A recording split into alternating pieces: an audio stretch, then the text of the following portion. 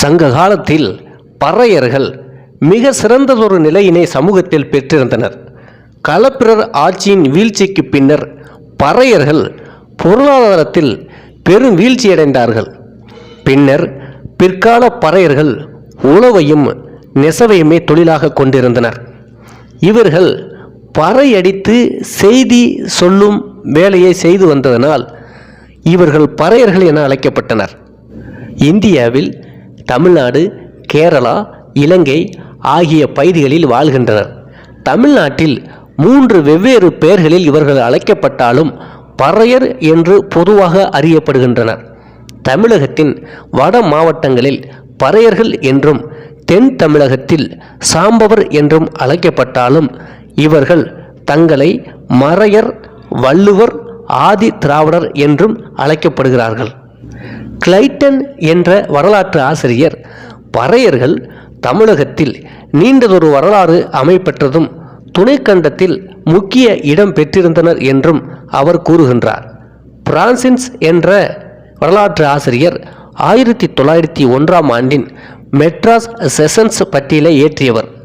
இவர் கிறிஸ்துவ ஆதிக்கம் தலைத்தோங்கிய பண்டைய தமிழ் படைப்புகளில் பறையர் என்னும் சொல் உபயோகத்தில் இல்லை எனவும், ஆனால் தனித்தொரு இயல்பினையும் கிராமங்களில் அல்லாது கோட்டைகளில் வாழும் பழங்குடியின மக்கள் பற்றிய செய்திகள் நிரம்பி இருப்பதாகவும் கூறுகின்றார்.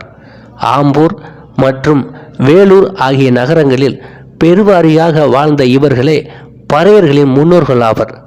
தஞ்சை மற்றும் திருவள்ளூர் பகுதிகளில் உள்ள சிவன் கோவில்களின் விழாக்களில் பறையர்கள் வெண்குடை ஏந்தி சிவனுக்கு முன்பு செல்லும் மரபு வழி உரிமை உடையவர்களாவர். ஜெயங்கொண்ட சோழ சர்வேதி மங்கலத்து தென்பிடாகை மணர் குடியில் இருக்கும் ஊர் பறையன் மண்டை சோமனான ஏலிசை மோகப்படைச்சன் என்பவர் கோயில் ஒன்றிற்கு கொடை அளித்ததாக தென்னிந்திய கல்வெட்டுக்கள் தொகுதி 7 எண் 794 கல்வெட்டில் குறிப்பிடப்பட்டுள்ளது. இதன் மூலம் பறையர்கள் சதுர்வேதி மங்கலங்களில் குடியிருப்பதை அறிய முடிகின்றது. பறையர் குடியிருப்பு சேரி என்றும் காலனி என்றும் அழைக்கப்படுகின்றது. பொருளாதாரத்தில் கடுமையாக பின்தங்கிய பறையர்கள் வசிக்கும் சேரிகள் இன்று அவர்களின் பொருளாதார சூழலை பிரதிபலிப்பதால் இன்றைய சூழலில் அந்த சேரிகள் அழுக்கான என்ற பொருளுடைய ஸ்லம் என்ற ஆங்கில சொல்லோடு பொருத்தி பார்க்கப்படுகிறது. ஆதித்த கரிகாலனை கொலை செய்த சோமன், ரவிதாசன், பரமேஸ்வரன் ஆகியோரின் தம்பி ரேவதாச வித்தன் வாழ்ந்த ஊரின் பெயர் பாப்பன சேரியாகும். இம்மூவரும் பிராமணர் என்பது குறிப்பிடத்தக்கது. சோழர் கால கல்வெட்டானது பரச்சேரியும் கம்மானஞ்சேரியும் ஊரின் நடுப்பட்ட குளமும் புலத்திற் குளமும் கரையும் இவ்வூர் திருவடிகள் என்று குறிப்பிடுகின்றது. இதன் மூலம் கம்மாளர்கள் வாழ்ந்த கம்மாளஞ்சேரியும் பரச்சேரியும் அருகருகே இருந்தன என்பதை அறிந்து கொள்ளலாம். சேரி என்பது தமிழர்கள் வாழும் பகுதிக்கான ஒரு பெயரே ஆகும். இன்றைய கேரளாவில் உள்ள பரூர் என்று அழைக்கப்படும் பறையூரில் வசித்த மக்கள் பறையர்கள் எனவும், அவர்களின் அரசன் தாந்திரிகத்தை நன்கு உணர்ந்தவர் என்றும், நம்பூதிரிகள் ஒரு போட்டியில் பறையூர் தலைவனை வீழ்த்தி பறையூருக்கு அரசன் ஆனதாக நாட்டார் கதை வழக்கொன்று உள்ளது. சிலப்பதிகாரத்திலும் பாத்தரு நால்வகை மறையோர் பறையூர் கூத்தன் சாக்கையன் என்ற பாடல் வரி வருகின்றது. அந்த சாக்கையன் கூத்து இன்று வரை கேரளாவில் பறையன் துள்ளல் என்ற பெயரில் ஆடப்பட்டு வருகின்றது. இலங்கையில் இருந்த அடங்காபதத்தில் 4 அரசுகள் இருந்தன. அதில் கணுக்கேணியை தலையிடமாக கொண்டு ஆட்சி செலுத்தியவர்கள் வில்லிகுல பறையர்கள் எனவும், இவர்கள் ஆதி குடிகள் எனவும், யாருக்கும் அடங்காதவர்களாக இருந்ததனால் அந்த பகுதி அடங்காபதம் என்று பெயர் வந்ததாகவும் வையா பாடலில் சொல்லப்பட்டுள்ளது. இவர்களை ஒடுக்க திட வீரசிங்கன் என்ற வன்னியர் வந்ததாக இப்பாடலில் கூறப்பட்டுள்ளது. சோழர்களின் வீழ்ச்சிக்கு பிறகு பட்டு சுரத்திற்கும் கும்பகோணத்துக்கும் நடுவே இருந்த சோழ மாளிகையை தலையிடமாக கொண்டு நந்தன் என்ற சிற்றரசன் ஆண்டு வந்தான். பிறகு மறவர்களால் நந்தனும் அவனது ஆட்சியும் அழிக்கப்பட்டது. அதன் பிறகு வந்த நாயக்கர் ஆட்சியில் விளாரில் இருந்த நந்தன் கோட்டையும் அழிக்கப்பட்டது. நெசவு செய்த பறையர் வகுப்பினர் கோழியர்கள் ஆவார்கள். சிலர் விவசாய கூலிகளாகவும் இருந்தனர். இவர்கள் நெசவு பறையர், கோழியர் பறையர் என்று அழைக்கப்பட்டனர்.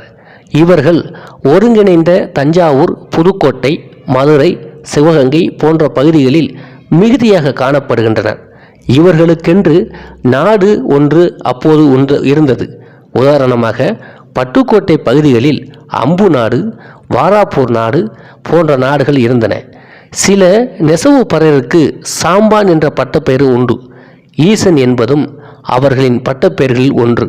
திருமண காலங்களில் இவர்களின் பட்டப்பெயர் சொல்லப்படுவதல் வேண்டும். மாப்பிள்ளையின் சகோதரிதான் மணப்பெண்ணுக்கு தாலி கட்டுவாள் என்ற முறையும் இந்த பறையர் இனத்தில் உள்ளது. கடம்பன், செவந்தான், கொடியான், காலாடி, கோப்பாளி, சேவுகன், கருமாளி, தேவேந்திரன், வெறியன், வளங்கான், மோயன், சுக்கிரன், களவடையார், சாத்தன் போன்ற பல பட்டங்கள் உள்ளது. இதுபோல பட்டங்கள் பெயருக்கு பின்னாலும் திருமணத்தின் போது உறவு முறையை தெரிந்து கொள்ளவும் பயன்படுத்தி வருகின்றனர் என எட்கர் தர்ஸ்டன் என்ற வரலாற்று ஆசிரியர் தனது நூலில் South Indian caste and tribes என்ற நூலில் இதை பதிவு செய்துள்ளார். பறையர்களை பற்றி 4 கல்வெட்டுகள் அவர்கள் சூத்திர ராயர்கள் என்று குறிப்பிடுகின்றது. அவற்றில் ஒன்று மன்றாடி பூசகரி லரசன் பறையனான பொய்யா தமிழம்பி என்று குறிப்பிடுகின்றது. இந்த கல்வெட்டுகளின் மூலம் பறையர்கள் பிரம்மசூத்திரம் உட்பட சூத்திரங்கள் அறிந்த சூத்திர ராயர்கள் என்பதும், மேலும் இவர்கள் பூசகர்களாக இருந்தனர் என்பதும் தெரிவாகின்றது. தென் இந்திய குலங்களும் குடிகளும் என்ற நூலில் கிளைட்டன் என்ற வரலாற்று ஆசிரியர் பிராமண பெண் ஒருவர் பறையரின் கோவிலுக்கு சென்று தன் பிள்ளையை குணப்படுத்த வேண்டியதாகவும் அங்கு பறையன் மந்திரங்கள் சொல்லியதாகவும் குறிப்பிடுகின்றார். அயோத்திதாச பண்டிதர் போன்றோர்கள் சித்த மருத்துவர்களாக இருந்தனர் என்பதும் குறிப்பிடத்தக்கது. இதன் மூலம் பறையர்கள் மருத்துவம் பார்த்து வந்தனர் என்பது அறிந்து கொள்ளலாம். அதாவது சித்த மருத்துவம், இயற்கை மருத்துவம் போன்ற தொழில் செய்து வந்ததாகவும் கூறப்படுகிறது. திருநெல்வேலி மாவட்டம் சங்கரன்கோவில் வட்டத்தில் உள்ள சங்கர நயினார் ஆலய தல வரலாறு காவற் பறையனை பற்றி குறிப்பிடுகின்றது. சங்க நயினார் ஆலயம் கட்டுவதற்கு முன்பு அங்கு காவல் பறையன் என்பவன் புஞ்சை நிலத்தை பாதுகாத்து வந்த வேளையில் ஒரு புற்றை இடிக்கையில் அதிலிருந்து லிங்கமும் பாம்பும் வந்ததாகவும், இந்த செய்தியை மணலூரில் ஆட்சி செய்து வந்த உக்கிரபாண்டியனிடம் சொல்ல உக்கிரபாண்டியன் அந்த ஆலயத்தை கட்டுகிறார். காவல் பறையனை சிறப்பிக்கும் வகையில் இந்த ஆலயத்தில் காவல் பறையனுக்கு சிலை வைக்கப்பட்டுள்ளது. சாக்கை பறையனார் என்பவர் தனக்கு கீழ் இருந்த சில வீரர்களுக்கு கட்டளையிட்டதை பற்றி செங்கம் நடுகள் ஒன்று குறிப்பிடுகின்றது. இதன் மூலம் பறையர் ஒருவர் வீரர்களுக்கு கட்டளையிடும் பொறுப்பில் இருந்தது தெரிகின்றது.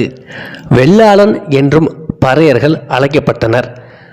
வடபறை சாரநாட்டு கொற்றமங்கலத்தில் இருக்கும் வெள்ளாளன் பெயரில் பறையன் பறையனேன் என்றும், வடபரிசார நாட்டு இடிகரையில் இருக்கும் வெள்ளாளன் பையவரில் சடையன் நேரியான் பறையனேன் என்றும், வடபரிசார நாட்டில் இருக்கும் வெள்ளாளன் புள்ளிகளில் பறையன் பறையனான நாட்டு காமுண்டேன் என்றும் கோயமுத்தூர் பகுதியை சேர்ந்த கல்வெட்டுகள் குறிப்பிடுகின்றன. மடிவலை, வாழை வலை, சாலை வலை, சனவலை போன்ற வலைகளை பயன்படுத்தி மீன் பிடித்தவர்களுக்கு ஒரு நபருக்கு ஒரு பணம் என்றும், அம்மீனை வாங்கி விற்கும் வியாபாரியான சாம்பானுக்கு ஒரு பணம் என்றும் வரி வசூலிக்கப்படுவதாக இக்கல்வெட்டு குறிப்பிடுகின்றது. எனினும் 15ஆம் நூற்றாண்டில் கடலில் இருந்து பிடித்து வரப்படும் மீனை விற்பனை செய்யும் வியாபாரியாக கன்னியாகுமரி சாம்பவர்கள் இருந்துள்ளனர்.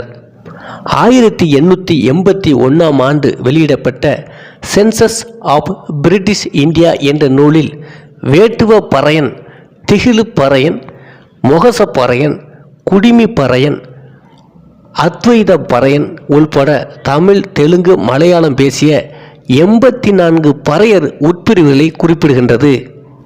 அந்த 84 உட்பிரிவுகளை காணலாம். அச்சகாசினூர் பறையர், அத்வைத பறையர், ஐயா பறையர், அழகக்காட்டு பறையர், அம்மக்கார பறையர், அங்கல பறையர், அங்கையன் பறையர், பூபு பறையர், சுண்ணாம்பு பறையர், தேசாதி பறையர், இசைப்பறையர், சகிமலப் பறையர், களத்துப் பறையர், கிழகத்துப் பறையர், கிழகத்திப் பறையர், சோழியப் பறையர், கீர்த்திரப் பறையர், கொடகப் பறையர், கொங்கு பறையர், கொடிக்காரப் பறையர், கொரசப் பறையர், குடிகட்டுப் பறையர், குடிமிப் பறையர், குளத்தூர் பறையர், மகுமடிப் பறையர், மாப்பறையர், மரவேதி பறையர், மிங்கப் பறையர், மொகசப் பறையர், முங்கநாட்டுப் பறையர், நர்மயக்க பறையர், நெசவுக்கார பறையர், பச்சவன் பறையர், பஞ்சி பறையர், பரமலைப் பறையர், பறையர், பறையக்காரர், பறையாண்டி, பசதவை பறையர், பெருசிகப் பறையர், பொய்க்கார பறையர், புரகப் பறையர், பொக்கிப் பறையர் கூலார், பிரெட்டுக்கார பறையர், ரெகு பறையர், சம்மளப் பறையர், சர்க்கார் பறையர், செம்மண் பறையர், சங்கூதி பறையர், சேரி பறையர், சிதிகரி பறையர், சுடுப்பறையர், தங்கமண் கோலப் பறையர், தங்கம் பறையர், தங்கினி பத்த பறையர், தட்டுகட்டு பறையர், தென்களார் பறையர், தெவசி பறையர், தங்களாயில பறையர், தரமாகி பறையர், தாயம்பட்டு பறையர், தீயன் பறையர், தோப்பறையர், தொப்பக்குளம் பறையர், தொவந்தி பறையர், திகிழு பறையர், உளுப்பறையர், வைப்பிலி பறையர், வளகரதி பறையர், உரிமைக்கார பறையர், உரியாதிதம் பறையர், வளங்க நாட்டு பறையர், வானு பறையர், வேட்டுவ பறையர், வளல பறையர், உடும பறையர், தெலுங்கு பேசும் முகத பறையர், தெலுங்கு பேசும் புள்ளி பறையர், தெலுங்கு பேசும் வடுக பறையர், மலையாளம் பேசும் ஏட்டு பறையர், மலையாளம் பேசும் மதராசி பறையர், மலையாளம் பேசும் முரம்குத்தி பறையர், மலையாளம் பேசும் பறையாண்டி பண்டாரம், மலையாளம் பேசும் வரபறையர் போன்ற பறையர்களும் இருக்கிறார்கள். மொத்தம் 84 பிரிவு பறையர் இனத்தில் இருக்கிறது.